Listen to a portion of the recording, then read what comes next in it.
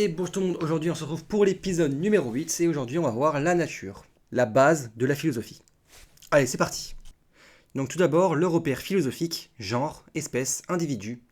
Donc j'étais obligé de le mettre dans le chapitre de la nature, même s'il y en a plusieurs autres qui sont en rapport avec la nature que j'ai dispatché un peu partout, puisque en fait la nature ça concerne un peu tout. Donc ce qui a un genre désigne une catégorie générale qui regroupe un ensemble d'individus ou d'éléments. Bon, assez simple, une espèce c'est simplement une sous-catégorie du genre. Et un individu, c'est un être singulier qui peut être intégré à une espèce et ou un genre. Il existe trois définitions, et même j'en rajoutais une dernière, une quatrième, pour la nature.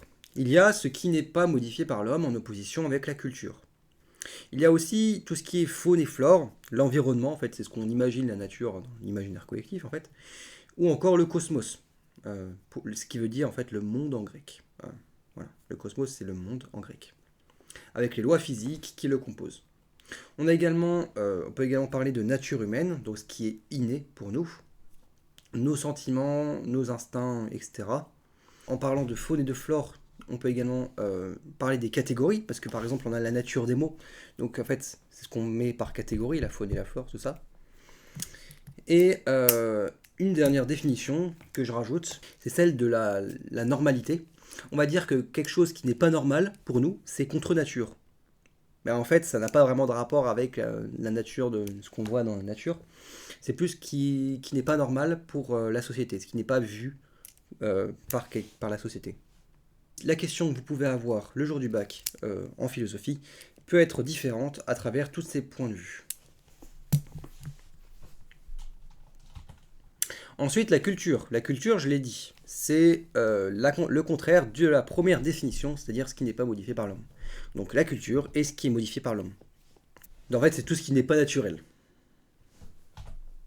Ensuite, on a l'ontologie. Donc l'ontologie, une grosse définition philosophique, c'est le synonyme de naturel pour les humains. En fait, c'est ce qui est naturel chez les humains. C'est être dans sa définition la plus pure. Et enfin, métaphysique, qui est aussi une grosse définition, mais normalement vous devez le connaître, vu que vous l'avez assez pratiqué normalement, c'est ce qui va par-delà la nature. Genre par exemple la religion ou l'art. Maintenant, quelques citations. On a René Descartes dans le discours de la méthode au XVIIe siècle qui nous dit « L'homme se rend comme maître et possesseur de la nature ». Bon, cela signifierait qu'on aurait un pouvoir et un contrôle sur la nature. La nature serait un ensemble de ressources et de matières dont on peut disposer. En fait, Descartes considère que les animaux sont comparables à des automates ou à des robots, qu'on peut simplifier à simplement des exosquelettes. Il pense que les animaux sont programmés par leur instinct et qui n'ont pas d'âme, mais qu'ils ont simplement une conscience immédiate. De plus, on a Arthur Schopenhauer qui nous dit « L'homme est un animal métaphysique ». Donc là, on parle de métaphysique, que je dis qui va par de la nature. Donc en fait, on peut l'analyser, ce mot. Pour simplifier, cette phrase veut dire « On est le seul animal qui a besoin de quelque chose qui n'a pas réellement besoin ».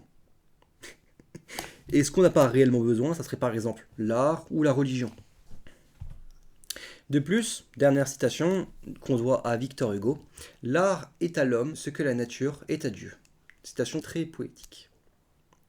En fait, on parle ici de création. C'est une analogie des pouvoirs. Cette citation est assez orgueilleuse car elle nous donne, nous, les hommes, un pouvoir divin. C'est la même chose pour la Genèse, qui explique que Dieu peut créer par des mots comme les artistes le font. Dans quelques références philosophiques à connaître. Tout d'abord, le principe de responsabilité de Hans Jonas. En fait, dans son livre du XXe siècle, il pense que plus la technique est présente, plus la sacralité de la nature va disparaître. C'est-à-dire tout ce qui est son origine, ses punitions, la nourriture, son mystère, etc. À l'époque, il y avait des divinités comme Gaïa ou Deus Sive Natura qui dirigeaient tout et on se disait tout a été créé par Gaïa. Voilà. Maintenant, Hans Jonas va parler de nature inhumaine. C'est une nature qui serait faite de mise en forme technique froide et monstrueuse. On a par exemple l'exemple du jeu de rôle Paranoia, dans lequel on va manger des pilules qui sont tout à fait parfaites pour notre alimentation. En fait, ce n'est plus vraiment naturel. Genre, on va manger juste un truc qui va nous nourrir, mais sans plus. La nature inhumaine, c'est quand on se sert de la nature pour l'adapter. Imaginez par exemple les champs de blé. On va se dire, oui, les champs de blé, c'est de l'agriculteur, c'est de la nature. Bah oui, mais non, parce que la nature, en fait, elle n'a pas été modifiée par l'homme. Donc c'est de la culture. D'où le mot culture.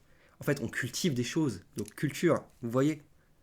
En fait, les champs de blé, les usines de couvaison ou les trucs comme ça, ce n'est pas naturel, c'est plus de la nature inhumaine. Le champ de blé ne ressemble en rien à la nature, en somme. Ensuite, on a le film The Meaning of Life des Monty Python, publié en 1983, qui est un film comique coupé en plusieurs chapitres qui explique allégoriquement les phases de la vie. En fait, ici, ce que vous avez à l'écran, c'est extrait d'une scène qui s'appelle Le miracle de la vie. En fait, dans cette scène, on va avoir une femme qui est regardée par plein de gens et qui est entourée de machines. En fait, la femme est entourée de spécialistes et lors de l'arrivée de l'administrateur, tout le monde va se mettre au travail dans la scène et la femme sera entourée de machines. Ce qui nous montre une certaine domination technique. De plus, on traite de l'accouchement dans cette scène comme une sorte de spectacle. On va se dire, waouh, il a un bébé, waouh. D'ailleurs, le nom du passage, le miracle de la vie, présuppose que c'est un miracle. Or ici, en fait, c'est juste une annihilation de la nature, puisque tout le monde va regarder quelque chose qu'il ne devrait pas voir tous les jours, quoi. En fait, le miracle va être désacralisé. La femme demande à la fin si c'est un garçon ou une fille, en référence d'ailleurs au transgenre. Donc là, je rappelle, c'était l'époque de 1983, donc c'était encore un peu fermé, mais c'est en référence aux transgenres qui sont hors de la nature, c'est-à-dire en fait des gens qui veulent changer de sexe, ça n'a pas vraiment de rapport avec la nature. Genre, il ne va pas y avoir des animaux sauvages qui vont demander de changer de sexe, sauf ceux qui peuvent, c'est-à-dire les hermaphrodites. Bon, de nos jours, on ferait plus une ouverture sur le transhumanisme. Par exemple, Elon Musk avec ses puces Neuralink qui mettent dans le cerveau, ou encore des choses comme Black Mirror, où les gens ont des puces, pareil, ou des trucs comme ça, qui modifient totalement notre vie. Et en fait, c'est plus vraiment nous, quoi. Là, c'est plus vraiment la nature. On n'est plus vraiment naturel. De plus, Aristote va voir la nature comme un principe interne de mouvement et de repos propre à chaque être. Tout ce qui existe dans la nature a une fin. La graine va devenir un arbre, l'oisillon va devenir un oiseau adulte, c'est ce qu'on retrouve dans tout le repère philosophique en acte, en puissance. La nature n'est pas un chaos, mais un ordre réglé par des causes, dont la cause finale est la plus importante. Comprendre la nature, c'est comprendre vers quoi chaque chose va tendre. De plus, on peut également parler de Spinoza, qui lui va identifier la nature comme Dieu, en fait. Il va dire que tout ce qui est naturel est de Dieu. Est Dieu, en fait. C'est pas est de Dieu, c'est est Dieu. On appelle ça Deus sive natura, en latin. La nature n'est pas extérieure à Dieu, elle est l'ensemble des lois nécessaires et éternelles qui régissent tout ce qui existe. Rien n'arrive par hasard, chaque événement découle de la nécessité de la nature divine. Connaître la nature, c'est connaître les causes réelles des choses et donc se libérer de ses illusions. On passe à un petit quiz pour vérifier vos connaissances. Donc, qu'est-ce que la nature? L'antonyme d'artificiel, ce qui relève exclusivement de l'animalité, ce qui existe sans intervention humaine, ou ce qui est inné chez nous.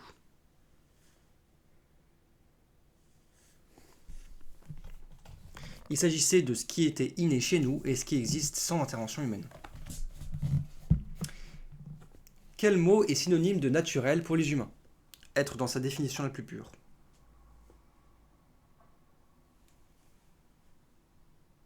Il s'agissait de l'ontologie. Qui a dit « L'art est à l'homme ce que la nature est à Dieu ». C'est une citation qu'on doit à Victor Hugo. Classe ces éléments selon qu'ils révèlent de la nature ou de la culture. Donc on a l'instinct matériel, les accords commerciaux, le langage articulé, l'agriculture ou la pousse d'un arbre. Bon, c'est assez simple normalement. L'instinct maternel et la pousse d'un arbre, c'est naturel. Le langage articulé, c'est peut-être le plus compliqué. C'est culturel, puisque en fait, on l'a pas inné à la naissance et on va le découvrir. On va vivre avec. On va apprendre à l'avoir. Les accords commerciaux sont tout à fait de culture. Et l'agriculture, on entend justement le mot culture dans l'agriculture, donc forcément, c'est de la culture. Voilà, merci d'avoir regardé cette vidéo. J'espère qu'elle vous aura été utile. On se retrouve à la prochaine pour la technique. En attendant, prenez bien soin de vous. À la prochaine. À plus!